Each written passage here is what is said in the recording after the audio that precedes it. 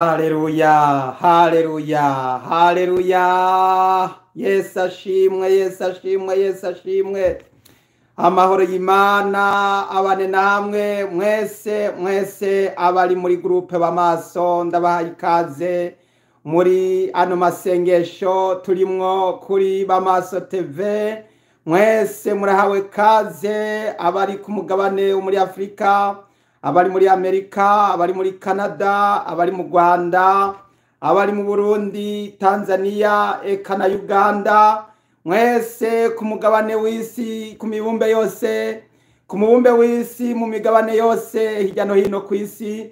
Mwese abakurikirana ibiganiro bica muri b'amaso TV, mwese turabaye kaze hano ni kuri b'amaso TV. Ndagira ngo tubabwire yuko turi mu masengesho. Amasengesho twatanguye ku itariki 1 y'ukwezi kwa gatatu tukazoyarangiza itariki 31. None rero uyu munsi turashikiriye itariki 14, indwi zibiri ziraheze. Yesu ashimwe. Haleluya, haleluya, haleluya. Yesu ahabwe icubahiro. Yesu nashimwe cyane. Ndagira ngo uno munsi kandi ndababwire ko uno munsi ari umunsi udasanzwe, kuko ni umunsi dutanguye kugira ngo dukorere amasengesho en direct kuri YouTube. Uyu munsi rero kandi ndagira ngo ndababwire nkuko twari basobanuriye kuri WhatsApp yuko uno munsi haramutse hari ukwezi guhinduka amaraso guhera saa 8:30. Ukwezi kwari kwamaze gutangura guhinduka amaraso ubwira kabiri. Uno munsi bwari butegekanijwe, uno munsi bwabaye buriko buraba hanze. Ubu kwezi guhinduka amaraso kwasushe n'amaraso, nkuko wavugishwa n'Imana Yoweri yari yavuze ati imbere yuko Yesu Kristo agaruka ngo hanyuma y'ivyo yuko hazoba ibimenyetso ku zuba no ku kwezi. None rero ubu tuvugana turi muri saa 9 turatanguye amasengesho. Ndabaye kaze mwese bene data kugira ngo dufatanye amasengesho. Turi mu kwezi rero kwa masengesho, ku kwezi kwa gatatu kurimwo ibikomeye cyane. Haleluya, haleluya, haleluya. Uku kwezi tukikurarikwamwo amasengesho, nta nubwo twari tuzi yuko hazoba ibi by'ubwira kabiri, ariko none uraba ubwira kabiri buriko buraba uyu munsi itariki 14 guhera saa 8:30. Ukwezi gwahindutse amaraso. Itariki 29 naho hakazoba naho nyene hakazoba ubwira kabiri bw'izuba. Uyu munsi hari ukwezi, ariko ico giheho hazoba hari ubw'izuba itariki 29 mu gitondo. Rero murumva ko ibimenyetso bigenda bitwereka yuko turi mu minsi y'imperuka. Rero imbere ya byose mpaye kaze abasenzi mwese, ndabaye kaze. Haleluya, haleluya. Ndagira ngo imbere yuko twinjira mu ijambo ry'Imana tubanze twihereza Imana, dusenge kugira ngo twakire imbaraga za mpwemu w'Imana adusobanurira. Hanyuma rero duce dusaba mpwemu yera abane natwe, maze twongerwe amavuta kandi twongerwe ubutabazi buva mu ijuru ku Mana. Haleluya, Yesu ashimwe cyane. Imana ihabwa icubahiro cyane. Ngwino Yesu mu mutima wanje, unyigishe iby'inzira zawe, maze nanje ndazigenderemwo kugira menye ibyo kugukorera. Ngwino Yesu, haleluya, mu mutima wanje unyigishe, haleluya, iby'inzira zawe, maze nanje ndazigenderemwo kugira nyibyo kugukorera. Haleluya, haleluya, haleluya, haleluya. Oh, Imana ishimwe cyane. Data ndagushimiye, ndaguhimbaza mwami w'ijuru n'isi. Habwa amashimwe, shimwa, shimagizwa, shigwa hejuru. Urabereye gushimwa, urabereye gushimagizwa, urabereye guhabwa icubahiro. Data mwami w'ijuru n'isi, ndagushimiye, ndaguhimbaza, ndagutazira kuri uno munsi mwiza wongeye kutugirira neza, wongeye kuduha mwami gusengera hamwe na bene data abari ku mugabane w'isi mu bice bitandukanye hirya no hino bose.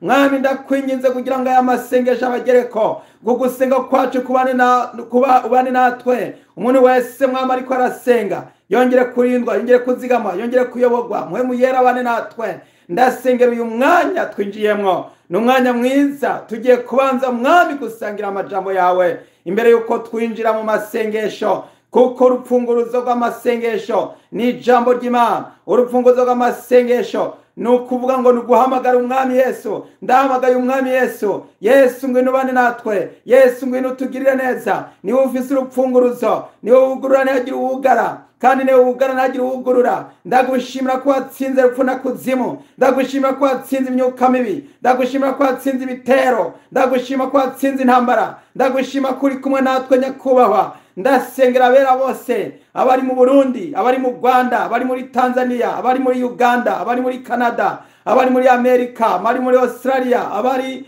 muri Europe bose, abadukurikirana bose ndabasengera, ndabasabiye Yesu muri aka kanya kugira ngo abari bubana natwe mwami. Urakoze, izina ryawe rihabwe icubahiro.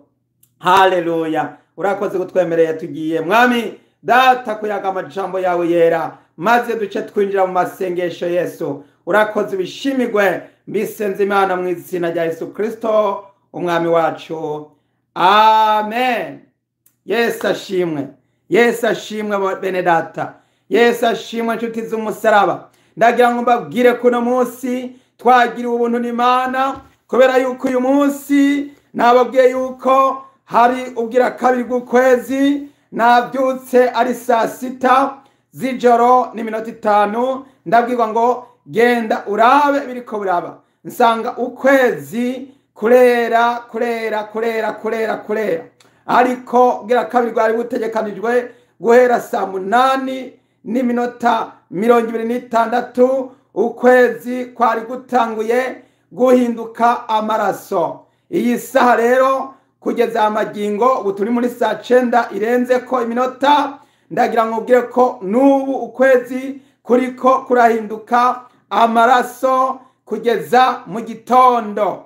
None rero ndagira ngo twibukanye amajambo y'Imana wavugishwa n'Imana. Yoweri yavugishijwe n'Imana mu gihimba ca kabiri, maze ayo majambo tuyasome.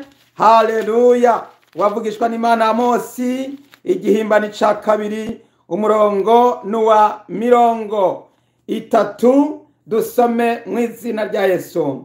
Nzoshira utwumiza mu ijuru no mu isi, amaraso n'umuriro no gupfunduka ku mwotsi. Izuba rizocira umwiza n'ukwezi guhinduke amaraso, hataraza uwo munsi mukuru uteye ubwoba w'Uhoraho. Haleluya.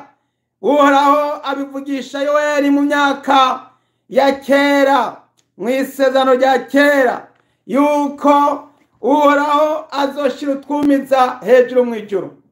Haleluya. Ngo azoshira utwumiza hejuru mu ijuru. Ndagira ngo babwire yuko Imana irimwe iragabisha isi n'abayituyeko. Imana irimwe iragabisha isi. Uyu munsi nongeye kubwirwa, ndabwirwa ngo nimbwire abatuye isi, ndababwire yuko hagiye kuba umwijima w'icuraburindi. Nabwiwe ngo sohoka wongere urabe witegereze. Ndaraba nsanga ukwezi kuzuye umwijima, aho amaraso ntiyari bwatangure kuza. Habanje kuza umwijima ukagenda wuzura ukwezi. Hanyuma rero ndabwirwa ngo hagiye kuza umwijima ku isi yose. Ngo bwira abantu biyeze bitunganye kuko hagiye kuza umwijima. Abantu nibatihana, abantu nibatakizwa, bagiye gutungurwa giturumbuka. Ijambo ry'Imana ravuga ngo hendaza nk'igisuma. Yesu agiye kuza nk'igisuma. Ijambo ry'Imana rabitubwira mu byahishuro Yohana igihimba nica 16 umurongo wa 15. Ijambo ry'Imana ratubwira ngo hendaza nk'igisuma. Yesu Kristo agiye kuza nk'igisuma. Byahishuriwe Yohana 16 umurongo w'15. Hendaza nk'igisuma, hahirwa uba maso akazigama impuzu ziwe ngo ntagenda amenya bakabona isoni z'ubwambure bwiwe.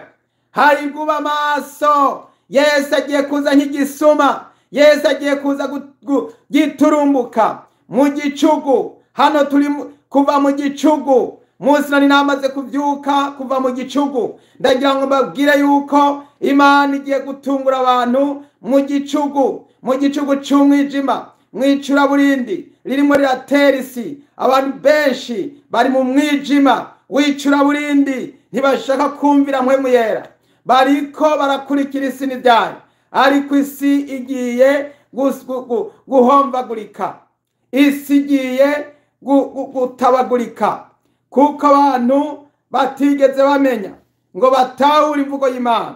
Nimwumve ibyo wavugishwa n'Imana. Yesaya yavugishijwe muri Yesaya 24 umurongo n'uwa 19. Reka tuhasome. Isi iravungaguritse, isi irasataguritse, isi irahuzenze, isi izodandabagirana nk'imborerwa, izonyiganyizwa ijya nino nk'umutara, igicumuro cayo kizoyiremera, kandi izotemba ntiyongere kubyuka ukundi. Haleluya, haleluya. Isi igiye kuvunagurika, igiye kuvungagurika, igiye kusanzara, igiye kumeneka, kuko icaha kirayiremereye. Icaha kirayiremereye. Isi yaruzuye, yuzuye ubutinganyi, yuzuye abarongora n'abahuje ibitsina, yuzuye abandi bamwe batorana abagabo ku bandi n'abagore ku bandi, yuzuye abanywara umogi, yuzuye ibisuma, yuzuye abicanyi, yuzuye abasambanyi, yuzuye ubwicanyi, yuzuye ubusambanyi. Isi iraremerewe n'ibyaha. Ibyaha biramaze kuyiremera. Noneho ndabwirwa ngo nimbwira abantu yuko isi igiye gutungurwa, hagiye kuza umwijima w'icuraburindi. Uyu munsi iryo jwi naribwiwe ryaje rirangira ngo bwira abantu yuko isi igiye gutegwa, hagiye kuza umwijima w'icuraburindi. Imana idutabara. Hano ijambo ry'Imana rakomeje ritubwira ngo maze kuri uwo munsi Uhoraho azohana ingabo zo hejuru mu ijuru n'abami bo hasi mu isi. Bazokoranirizwa hamwe nk'uko imbohe zikoranirizwa mu kazu k'ibwina, bugaranirwe mu ibohero, kandi iminsi myinshi niyashira bazohanwa. Niho ukwezi kuzomaramara, izuba riteterwe, kuko Uhoraho nyene ingabo azoba ari ku musozi Siyoni, ariho Yerusalemu, agira icyubahiro imbere y'abatumire biwe. Yesu ashimwe cyane. Haleluya. Abami bagiye gutungurwa, n'abafise ububasha bagiye gutungurwa, ngo bazokoranirizwa. Hano turabwiwe ijambo ry'Imana tuye ngo kuri uwo munsi ngo Uhoraho azohana ingabo zo hejuru mu ijuru n'abami bo hasi mu isi. Uhoraho agiye guhera kuri biha byo hejuru, agiye guhera ku kwezi no ku zuba no ku nyenyeri, acaza no ku bategetsi canke abatunzi bose bo mu isi, abahambaye n'abakomeye, abakomeye n'abafise ububasha bose. Bazorondera iyo binyegeza batakihabona, bazorondera iyo baja ariko bitagishoboka. Hagiye kuba ibyago ku isi y'abatuye isi. Isi igiye kubona ibyago. Nimwumve ibigiye kuba mu byahishuriwe Yohana igihimba ni ca 6, igihimba ni ca 6 umurongo wa 12 turabwirwa ibigiye kuba mw'isi. Turabwirwa ibigiye kuba mw'isi, nico gituma turarikira abantu gusenga Imana. Muri uku kwezi turimo turasenga, turagira ngo dusenge bene data, kugira ngo uwezwa Yesu utungana ugororoka agororoke. Ivyahishuro Yohana 6 umurongo wa 12. Kandi mbona mena ica 6 kimatanije ico gitabo. Isi iratigita cane, izuba ririraburanyigunira ry'ubwoya, ukwezi kose guhinduka nk'amaraso, inyenyeri zo kwijuru zikorokera hasi, nk'uko umusukoni uzungagizwa n'igihuta ugahungurura insukoni zawo zitararunguriza. Nta kurya umusukoni uhungurura insukoni zawo zitararunguriza, niko bigiye kugenda. Imana igiye kunyiganyiza, Imana igiye kunyiganyiza isi. Isi ngo iratigita, izuba ririraburanirwa, rimera nka kujya kwigunira ry'ubwoya, ukwezi kose guhinduka amaraso. Hano turabonye ukwezi no munsi ko kurahinduka amaraso. Ukwezi aho hanze ubu tuvugana, ukwezi kuriko kurahinduka amaraso. Kuri tariki 14 turi saa 9 turi mu masengesho en direct. Mwene data iyeze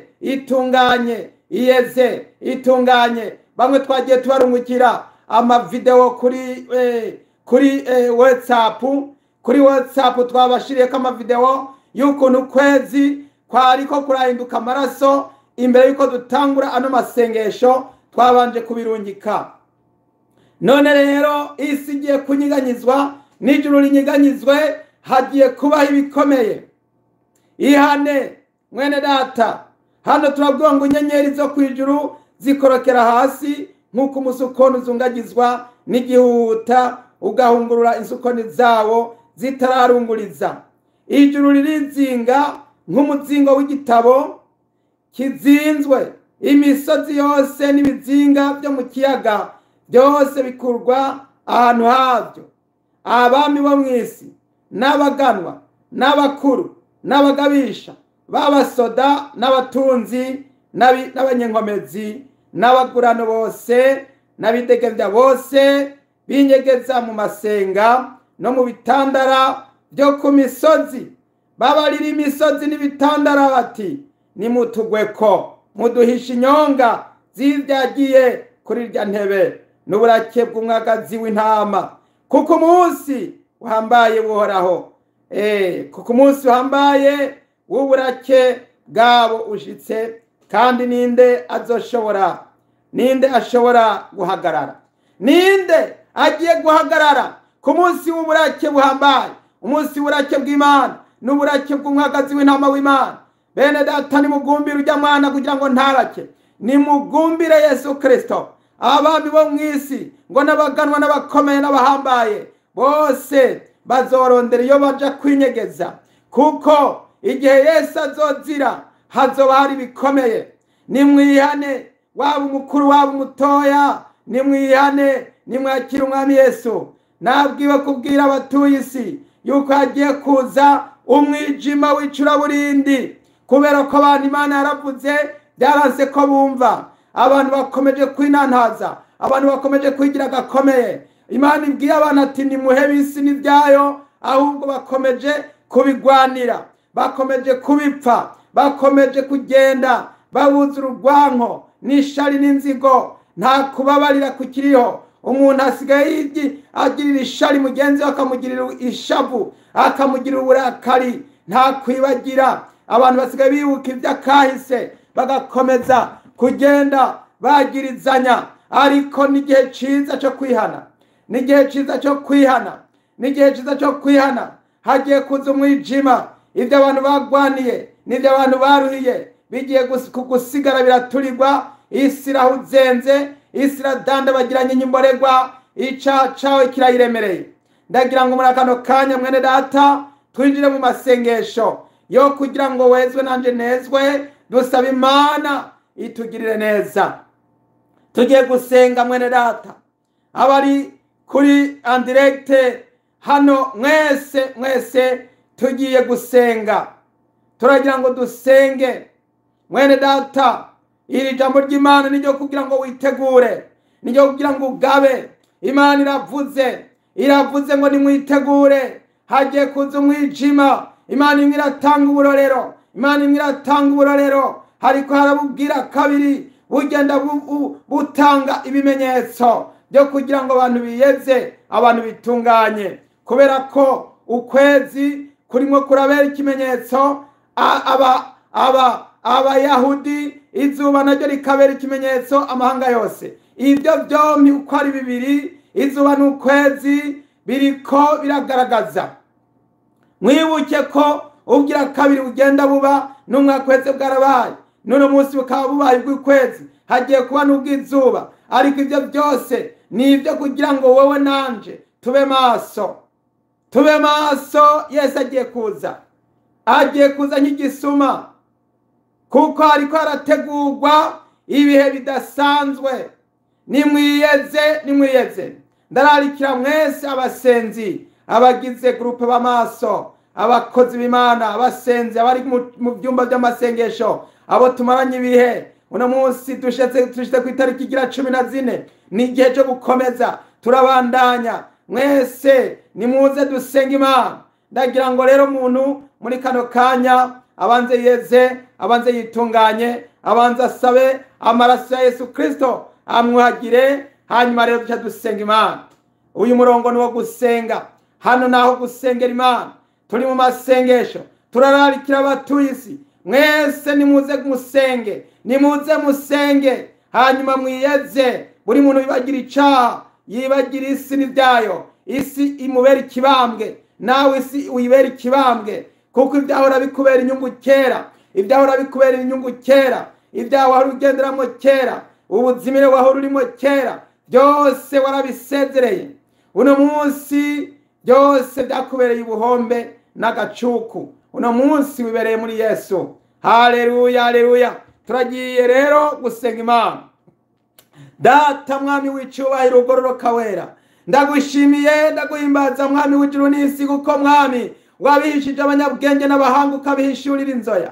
Urakoze Mana yo mwijuru. Ndaguhimbaza mwami w'ijuru n'isi. Muri kano kanya dusenge hano kuri no murongo, Yesu, ndasengera abera bose, ndasengera abana b'Imana, ndasengera ishengero ry'Imana, ndasengera abakristo bose aho bari hose, bazigamu bagendere bagirire neza. Mwami w'icyubahiro, turabwiwe yuko hagiye kuza ibihe bibi, hagiye kuza ibihe bidasanzwe, hagiye kuza ibihe by'umwijima, hagiye kuza ibihe by'icuraburindi. Mu izina rya Yesu ndasengera umugeni wa Kristo Yesu, yongere kwambara imbaraga, yongere kwambara inkomezi. Mwami, ndasabye ubushobozi bwa Mwemu Yera bwongere gukorera mu batuye isi. Abana b'Imana bongere guhumeka, Mwami Mwemu Yera bongere kuzuzwa, Mwemu Yera bongere guhagarara mu bushobozi bwa Mwemu Yera, bongere gucanirwa no kuvugutirwa, bongere gusigwa amavuta, bongere guhabwa ubushobozi. Mu izina rya Yesu ndasabye ya mavuta Mwami Yesu, ya mavuta mu yaba bakobwa batanu b'abanyabwenge bari bafise amavuta igihe Yesu waza. Yesu wa mugani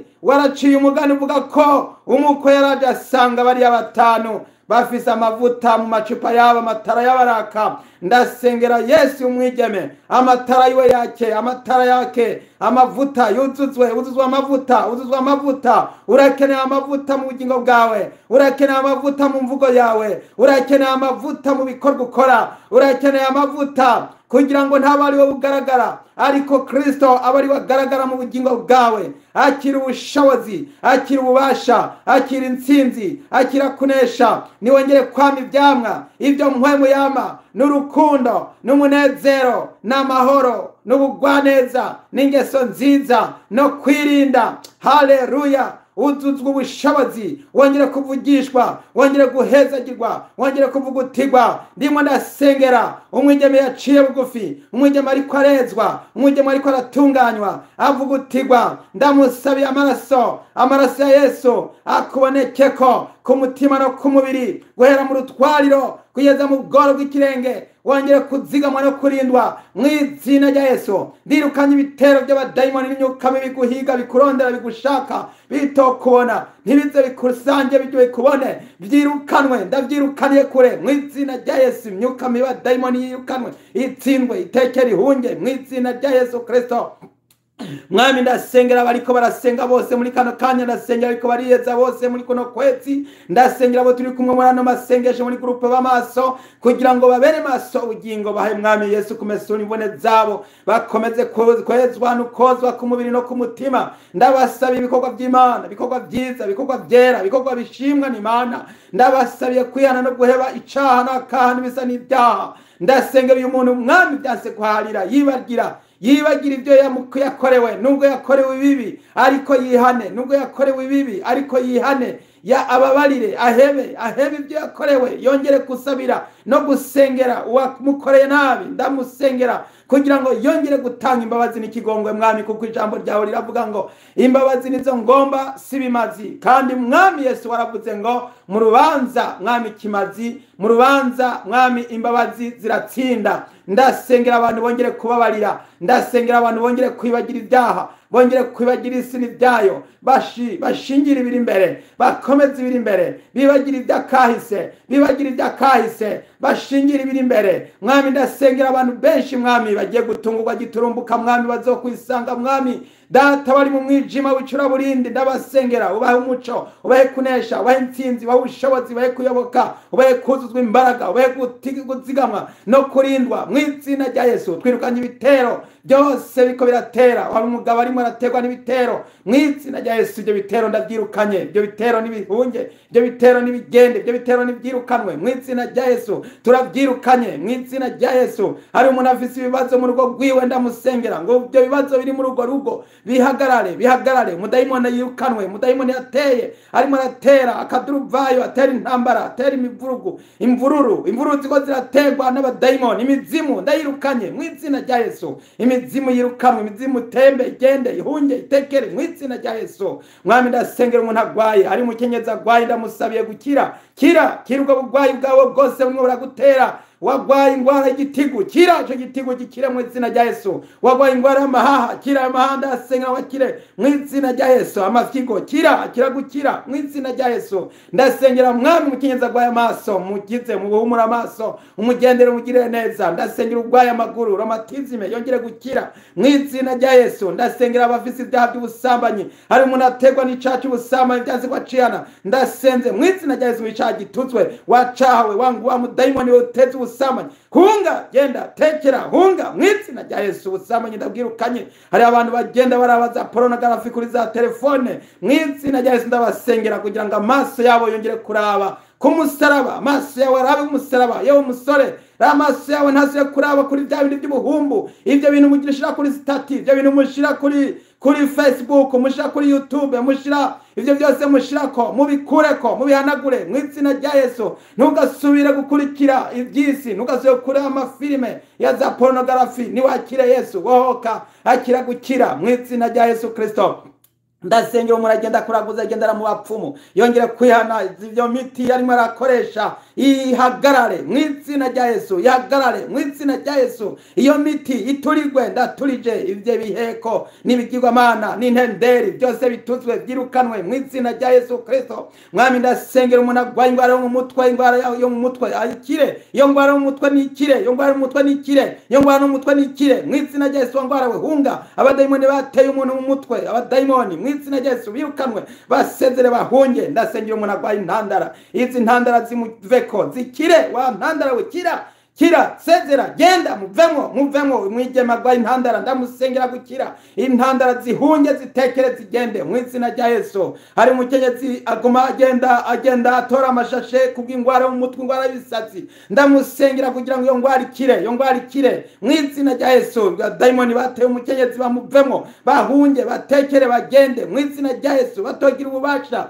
birukanwe, basezere, bongere kugenda, ntibazobasubire kugaruka mu izina rya Yesu Kristo wa Nazareti. Mwami ndasengera mwigeme agwaye kuguru, mwami Yesu Kristo agwaye kanseri yo kumukuguru, mwami ndamusengera kugira ngo kuguru gukire, iyo kanseri ikire, ico kigoma gikire, ataye ave mu bitaro mu izina rya Yesu Kristo, mu izina rya Yesu. Mwami ndasengera data buja wera, umwigeme yipfuza kuba ku rugo, ndamusengera kugira ngo Yesu muhe kuba ku rugo, umuhe data buja bakwiranye, data buja bazosazana mwami bakazobana kugeza Yesu agarutse mwami Yesu Kristo bakiri mwisozi w'abana amahoro. Ndabasengera mwadasengera umwigeme gucagura neza ntapfe guhuruduka ariko abanza asenge. Ubanza usenge, Imana iragomba kubanza gusenga kugira ngo Imana ikuje imbere ikuyobore muri byose. Mwigeme ntushoke guhuruduka, uno munsi hari ubuzimire, hari ubupfu, hari ubujiji, hari ubutamenya. Mw'izina rya Yesu mwami ndasengera data buje n'umukozi w'Imana afise ibibazo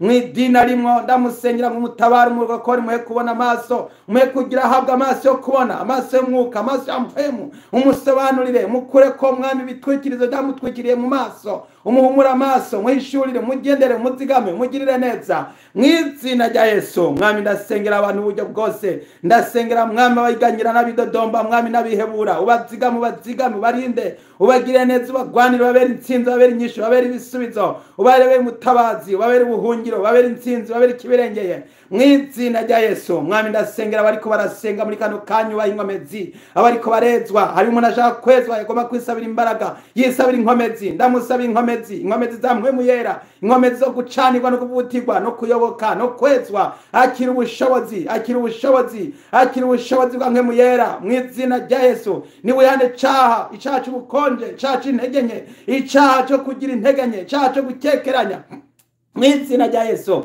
Mw'izina rya Yesu umudayimoni ateze ubukonje yirukanwe, turamutujije, turamwirukanye mw'izina rya Yesu. Ijambo ry'Imana ravuga yuko ibijora n'abatizera n'abakora ibizira n'abasenga ibigirwamana n'umuntu akunda kubesha akabikora yuko batazoragwa ubwami bw'Imana. Ndasengera umwene data inkomezi zo mu kurya n'izo mu kubamfu, umuha ubushobozi bwo gutsinda n'ubwo guhonyora inzoka na sikoropiyo mw'izina rya Yesu, mw'izina rya Yesu, mw'izina rya Yesu. Hari umuntu arimwe arategwa n'abarozi, ndasenze mw'izina rya Yesu kugira ngo ntutinye, tsinda nesha, tsinda nesha, tsinda hagarara ushikamye mu mbaraga no mu bushobozi bw'Imana, wonyora inzoka na sikoropiyo mw'izina rya Yesu, mw'izina rya Yesu. Akira ubushobozi, akira intsinzi, akira ukunesha, akira kuyoboka, akira gutsindanishirizwa, akira imbaraga mw'izina rya Yesu. Turatujije abadayimoni bateze uburozi, abadayimoni bateze uburozi batsindwe, birukanwe, imyuka mibi itogira ububasha turayitujije mwami. Ijambo ryawe riravuga ngo musende abadayimoni, musende abadayimoni, muzura abapfuye,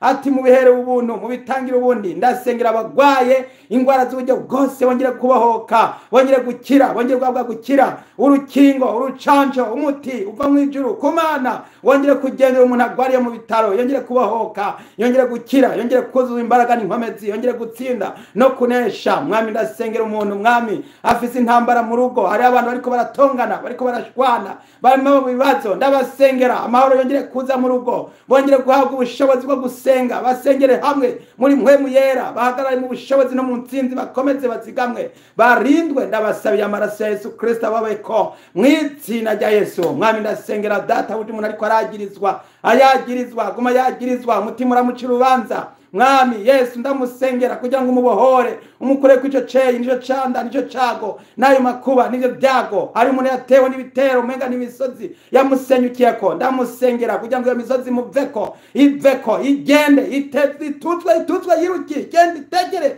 ihunge mw'izina rya Yesu. Mwami Yesu Kristo data, hari umuntu ameze nk'uwasenyukiye ko n'imisozi mwami, ico kibuye cagutembagariye ko nikikuveko, nikigende, nigitekere, nigihunge, nigisezere mw'izina rya Yesu, mw'izina rya Yesu. Ubushobozi bw'Imana burimo burakora, buriko burakora, abantu bariko barabohoka, barimo baratsindanishirizwa, abantu bariko baratabagwa. Ndabasengera muri kano kanya buzuzwe ubushobozi, buzuzwe imbaraga, buzuzwe intsinzi, buzuzwe kunesha. Haleluya, haleluya.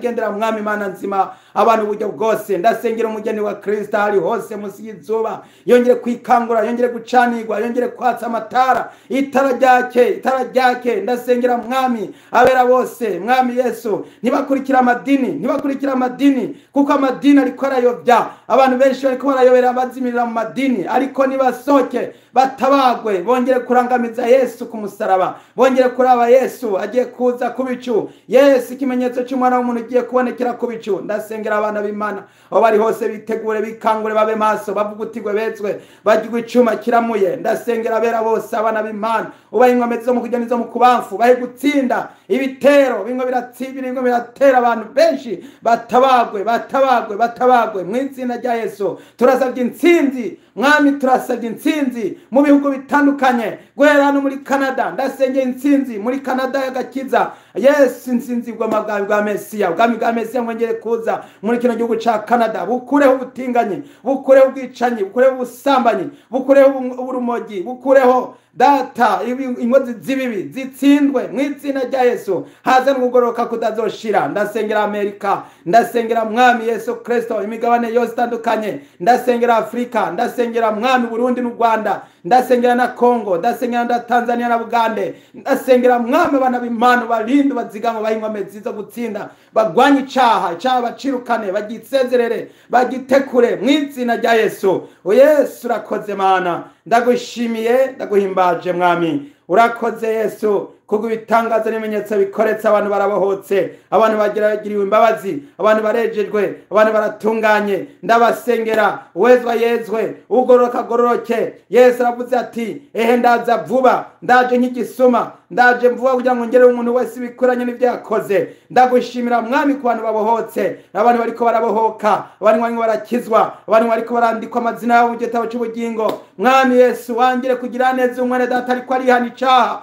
umugirire neza, amazina yiwe yandike mu gitabo cyawe cy'ubugingo. Mwami abantu benshi batabagwe bongere kugirirwa imbabazi. Ndagushimiye ku bantu bakize ingwara, ndagushimiye mwami ku bantu babohotse ingwara z'imitima n'iz'imibiri zirahunze, abadayimoni baratekeye barahunze, baragiye, abapfuye barazutse, mwami abamugabo baramugurutse mu izina rya Yesu. Impumyi zirahumutse, mwami abantu benshi barahawe ibisubizo bitandukanye mu izina rya Yesu. Ndagushimiye mwami, waravuze ati nimwasenga muragira kwizera yuko ibyo musabye mubihawe kandi muzobibona. Ndabigushimiye Yesu, nushimagizwe, izina ryawe rihabwe icubahiro. Nuko nanje ndavyambaje nshima nkenguruka mu izina ry'umwami wacu Yesu Kristo. Amen.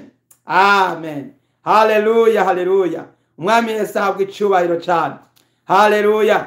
Rero uwo mwari kumwe nitwa Abel Mbonimpa, mba hano muri Canada muri Quebec. Twariko turababwira ibiriko biraba hano, n'ububwira kabiri bw'ukwezi kwahindutse amaraso birakomeje. Rero nimwitegure, Yesu ari hafi. Abasenzi groupe b'amaso mukomeze gusenga, mwiyeze mwitunganya, mwiyeze mugororoka, mukizwa kandi mwihana icana kaha. Yesu abahezagire, Yesu abagirire neza. Haleluya, haleluya. Amen. Amen.